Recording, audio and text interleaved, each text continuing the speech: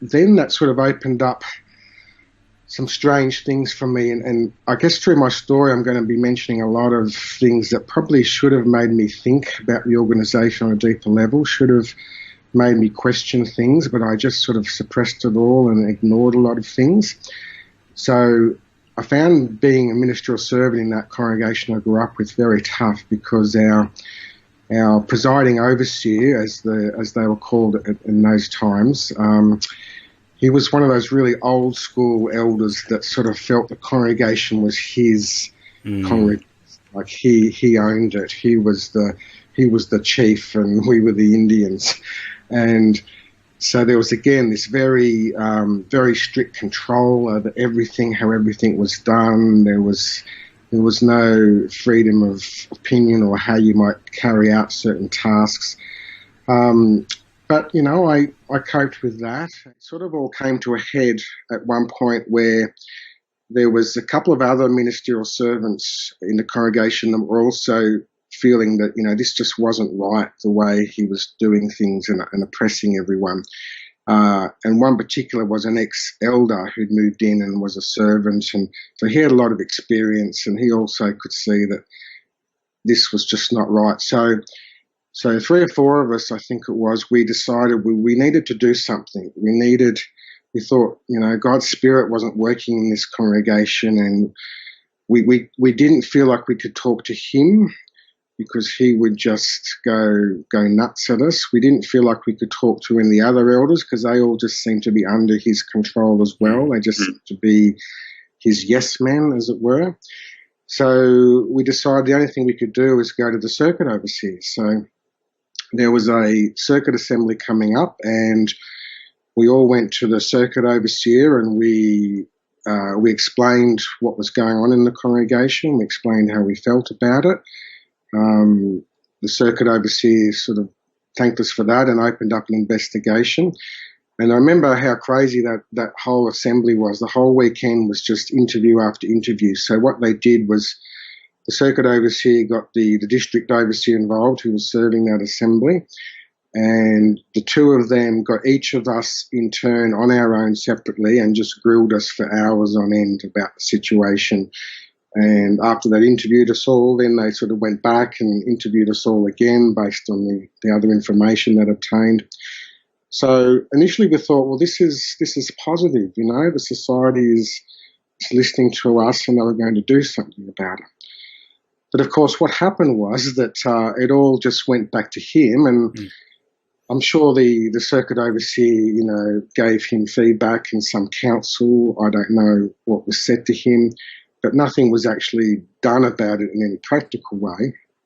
So the fallout from it was that I guess maybe because I was sort of one of the chief instigators of it, he really directed his animosity to me even further. So at the time, as I said, I was doing public talks. I had my own book study group.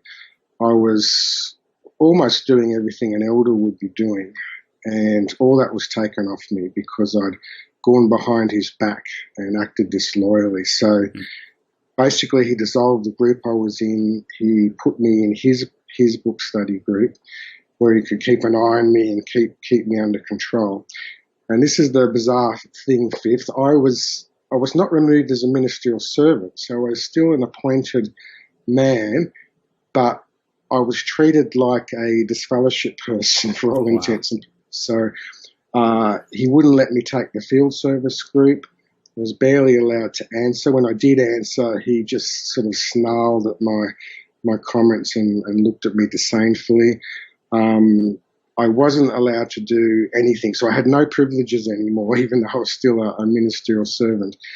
It was like I was put in the naughty corner, as it were. And then his true colours came to the fore, and I realised that he was an even worse man than the man I'd left.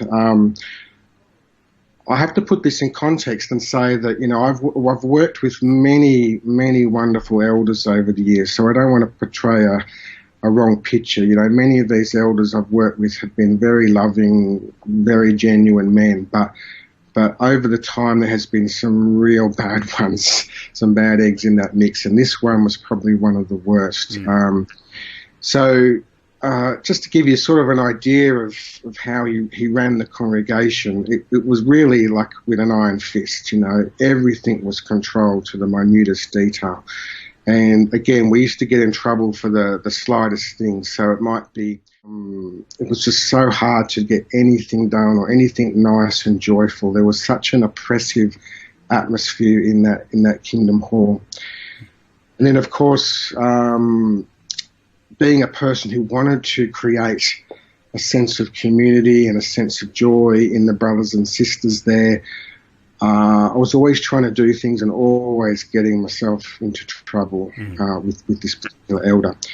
And there was other things too, like I remember a time where a sister had this emotionally abusive husband, and at one point it got so bad that he basically kicked her out of the house, threw all the clothes and stuff on the lawn and locked her out of the house. And she was good friends with my wife, so she called my wife and we went and got her, and we invited her to stay with us for the night just until she got herself sorted out. And again, as soon as this elder found out, he was around to our place, grilling us, telling us how inappropriate it was because we're interfering in their marriage. And you know, all we were doing was just this humanitarian thing. His sister was out on the street and we just gave her somewhere to sleep for the night, and we were sort of punished. It should have been kind of the happiest time in your life, but the elders at the time made it really miserable for us because we couldn't do anything right. If we were seen holding hands, we were straight away taken out to the back room and counselled. Everything we did, we were counselled for. They just interfered with everything. Eventually it got so bad that the circuit overseer even got involved. To his credit, he actually pulled the elders aside and said, "Hey, brothers, look, if the parents are approving, just stay out of it. Mind your own business." So I thanked them for that. But I just remember what a miserable time it was, just not being able to have a natural courtship just because everything you did was so micromanaged and everything was observed and criticised.